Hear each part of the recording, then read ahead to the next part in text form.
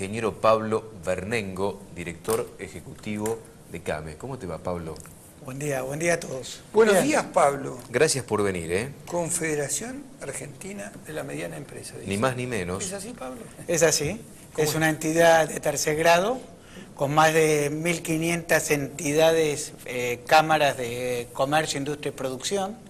Y justamente nosotros nos anclamos sobre la parte de la producción, ¿no? Entonces, desde CAME, hoy dentro del sector de las economías regionales tenemos más de 420 entidades adheridas y nos permite tener un diagnóstico y estar en situ y estar sobre el terreno, sobre las problemáticas que el interior profundo percibe todos los días. ¿Cuáles son esas problemáticas? Ya que te metiste en ese tema, yo iba a arrancar por la ley de semillas. ¿Cuáles son las grandes problemáticas que hoy tienen las economías regionales? Cuando uno se va alejando de los puertos y de la ciudad de Buenos Aires y se va a la periferia argentina, donde nos olvidamos de muchas cosas, sabemos que hay muchos inconvenientes irresueltos en esas economías regionales.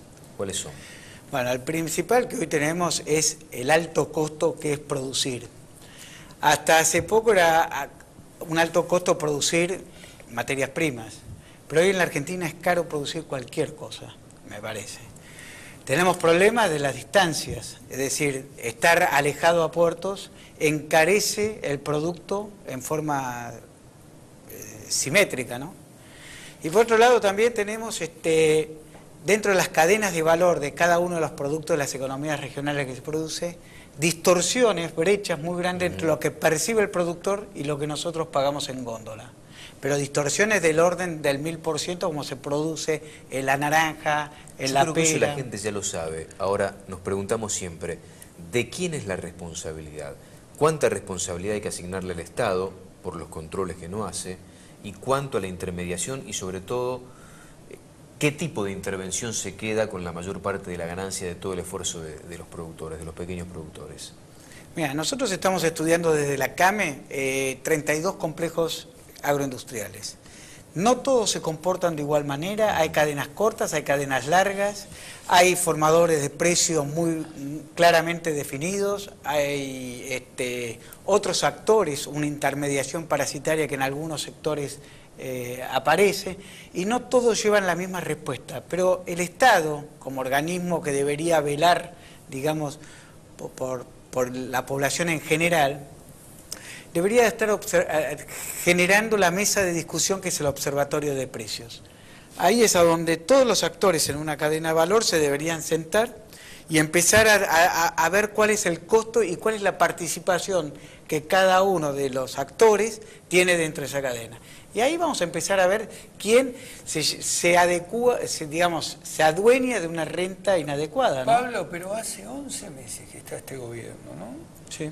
Digo, pregunto, ¿todavía no se sentaron a ver esto? La única vez que se sentó con el supermercadismo, por comentarte algo, en la Secretaría de Comercio Interior, lo único que se discutió con el supermercadismo fue achicar ese abuso que tenían en lo que era la fecha de pago.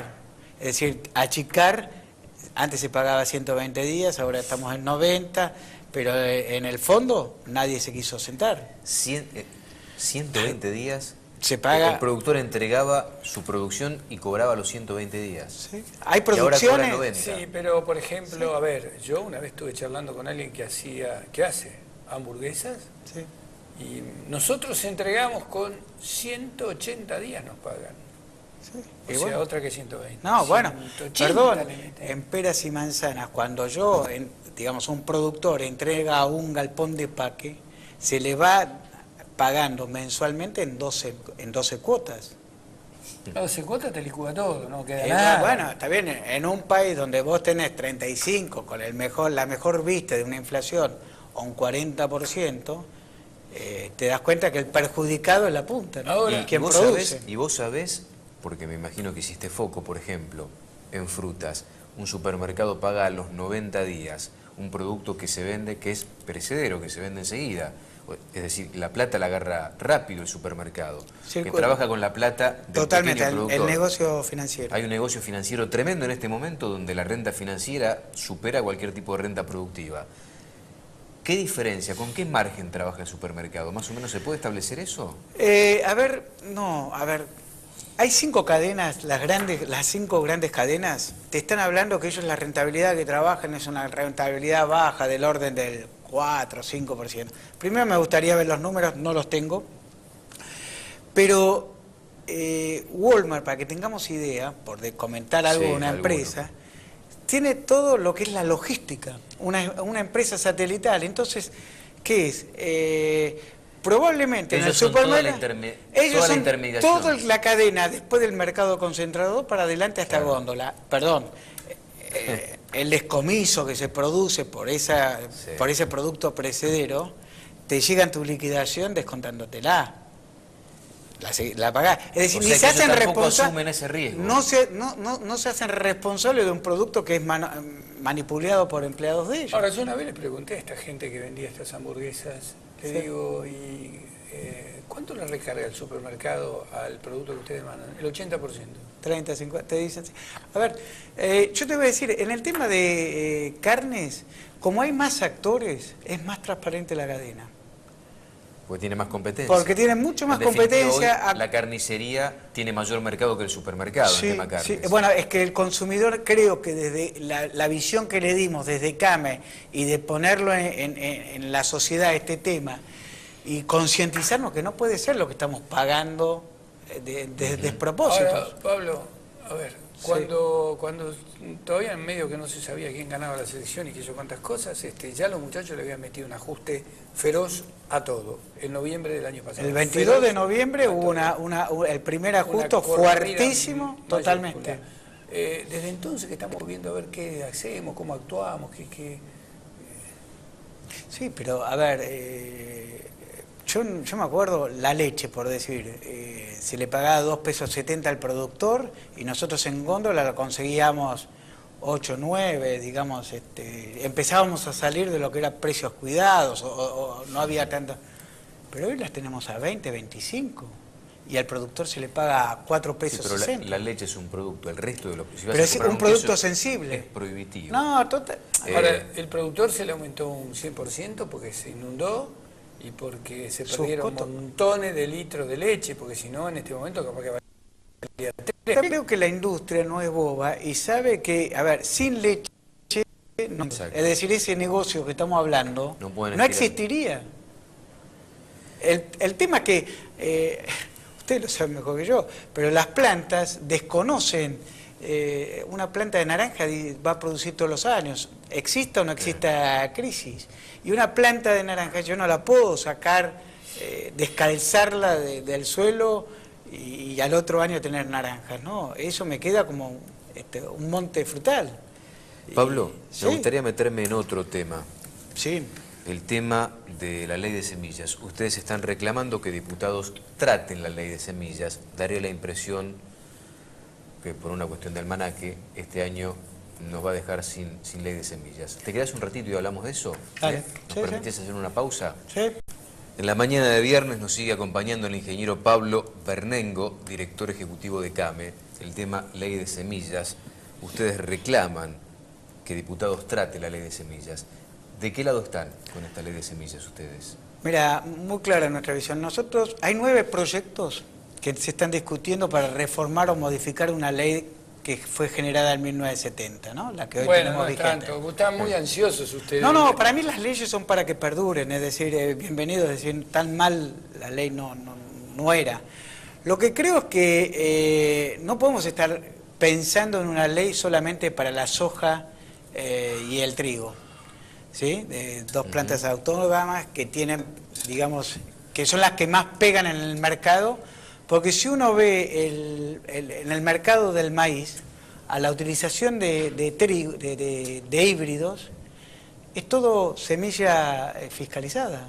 Entonces, por ende, todo lo que es la cadena de valor de la semilla y la propiedad intelectual se respeta y se paga. Y nosotros entendemos como productores que necesitamos el desarrollo de nuestras producciones. Cualquier órgano de propagación, llámese semilla o cualquier, se debe pagar la propiedad intelectual de quien la genere. Porque si no, ahí no vamos a tener desarrollo. Yo creo que todos están por ese camino, están con ese mismo pensamiento, que hay que pagarla. El tema es cómo. Nosotros creemos que, bueno, cuando uno adquiere, adquiere ese material genético, el germoplasma, o al viverista, la planta, uno ahí es a donde tiene que estar pagando las regalías correspondientes. En la compra de la En bolsa. la compra. Cuando compramos un libro, cuando compramos un... Y el uso propio, porque ahí está el tema de discusión. No, pero ahí es un tema que es el Estado el que tiene que definir, porque si nosotros queremos avanzar y mejorar nuestra agricultura en términos generales, con innovaciones tecnológicas, la innovación tecnológica, poner un buen simiente es importante. El Estado en su proyecto ahora, dice que se pagaría, de acuerdo a su proyecto, durante 3 temporadas. Bueno, nosotros creemos que con una temporada es suficiente, pero ¿por qué? Porque, a ver, ¿cómo yo hago con una planta de arándano? Salgamos de soja, salgamos del trigo. Sí, ¿Qué hago con el naranjo? ¿Me entendés? Sí. Bueno, yo pago una vez ese material genético que quiero introducir en mi finca. Y como es la genética animal, ustedes la manejan muy bien. Traigo un toro, lo pago una vez, está bien, me darán más plazo, menos plazo, pero se paga una sola vez. Y digamos... Sí, no es que tenés que pagar por el toro todos los años. No, es decir, después la cantidad de pastillas que hagas o no, es otro cantar. Pero me parece que ahí es el Estado donde tiene que entender y ver y visualizar a la agricultura familiar si hay que, si hay que asistirla para que tenga buenos material genético. Lo que pasa es que para hacer tomate. Es muy difícil. Todo el sector hortícola se maneja Vos en querés esto. diferenciar entonces, dentro del paraguas de la ley de semillas, diferentes productos. Es que tenemos que verla la tenemos que ver en una... Con independencia. Y con una integración total. El tema, Pablo, es que si vamos a legislar para soja y trigo, que es la visión que muchos le quieren dar, ahí nos equivocamos. El tema es que los sectores generan presiones enormes y no todos están en las mismas condiciones de lobby y demás, ¿no? No, pero por eso, es decir, una legislación que justamente tiene que hacerse hoy, se escribe hoy para que dure y perdure, no la podemos estar tratando con una leviandad. ¿Hay muchas diferencias entre las 9 leyes, entre los 9 proyectos? Me parece que hay intereses económicos atrás, ¿viste? Hay una fuerza muy ávida, pero lo que yo a nadie lo he escuchado es hablar de las otras actividades. Saquemos los 5 commodities y de las otras producciones. En horticultura es casi todo simiente importado y se renueva año a año. ¿Pero por qué? Porque el nuevo material genético viene, ¿sí?, con mejoras, tanto para resistencia a plagas, a la sequía, para poder exportar el producto, un producto que es más manipulable o no. Me parece que tener una visión chica y acotada en ver para las producciones de 2 productos, me parece que nos vamos a confundir en hacer una ley mala. ¿Y la ley Pymes? Bueno, la ley PYME a nosotros nos va a estar dando... Hoy falta regular, se ha regulado algunos capítulos, se ha reglamentado algunos capítulos, ¿sí? Y faltan otros. Creemos y apostamos a que la ley PYME va a servir, va a ser algo de contención a los productores pequeños y medianos que bien representamos, ¿no?, desde la CAME.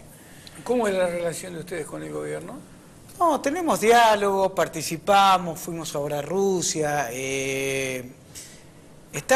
Lo que vemos es que toda la trinchera del ministerio está jugando a lo que es la pampa húmeda, las producciones clásicas y los commodities, ¿no? Y se olvidan un poco que en el interior profundo hay otro agro también que la está pasando mal. O la ven y bueno, no saben cómo darle respuesta. Creemos que el plan de fortalecimiento que Macri dio a mediados de octubre es un plan importante, tanto van a destinar fondos para la sanidad, para los reintegros a exportaciones. Esto con el fondo de las retenciones que no se sacaron a la soja en la Pampa Húmeda. Claro, y le van a devolver también la retención, digamos, eso que le quitaron, el 5% para los que están en el plan Belgrano se lo van a estar devolviendo, es decir, bienvenido sea porque las distancias te hace inviable la producción. Da la sensación que viene lento lo del tema del plan Belgrano, ¿no? Y el plan Belgrano me parece, ahora creo que se está entendiendo la cosa. El plan Belgrano es una articulación de muchos planes que se van a manejar en distintos ministerios, no va a pasar por un solo canal, sino muchos ministerios, Agroindustria está manejando algunos, como es este, y entonces todo es parte del plan Belgrano, pero no lo va a tener en la cabeza un solo ministerio o solo una oficina de gestión. ¿Eso es bueno o es malo? Yo creo que, a ver, yo creo que es bueno en la medida que todo llegue, es decir, me importa... Es bueno en la medida que se ejecute. Que se ejecute y se lleve a cabo. Siempre tiene a veces, a ver, si entre dos no se ponen de acuerdo, entre varios, me imagino que tiene que ser bastante más complicado, ¿no? No, pero en la medida que, digamos, hagan estos planes de fortalecimiento como se llaman las economías regionales y se contemple a quienes está dentro del plan Belgrano, bienvenido sea. Ahora, la plata es la misma, es decir, sale del Tesoro de la Nación, por un ministerio y por otro. Creo que sí, lo que venimos lento es que va a pasar con los repros, porque falta todavía el decreto reglamentario, cómo vamos a hacer ese adicional de repros que se va a poner, porque el costo laboral hoy en la Argentina es extremadamente caro para poder levantar nuestras cosechas. No nos olvidemos que en las economías regionales el uso de la mano de obra es sumamente intensiva. No solo para las naranjas, sino para el olivo, para la manzana, para la vid. Y tenemos situaciones complejas porque si no hay rentabilidad, el motorcito de las economías regionales no se puede mover. Perdón, este es un tema muy sensible también, la última, ¿no? Porque nos tenemos que ir a la pausa. Cuando vos te referís al costo laboral es caro, ¿cuánto cobra un laburante que tiene que ir a levantar una cosecha y demás? ¿Se entiende? Vos, ¿no? Así, a ver, no, tenemos que entender, no es alto para el propio trabajador, pero en el concepto de cuando nosotros es alto tenemos... para la posibilidad que tiene un productor. Claro, la cantidad de jornales por día que tiene que estar pagando, suponete, en tabaco, estamos hablando, o en arándano, estamos hablando de 100 a 120 jornales por hectárea. Entonces, es la carga social, todos decimos, el 931 nos pesa y nos castiga mal, porque no es lo mismo que le pasa al de Pampa Húmeda, al productor de Pampa Húmeda, que tiene 1, 2, 5 trabajadores. Acá tenemos... Ahora, ¿cuántos meses de trabajo le garantizás a esa gente? Porque ahí tenemos una contra grande. Bueno, con el nosotros tema de los presentamos planes, ¿no? 6... No, pero... a ver...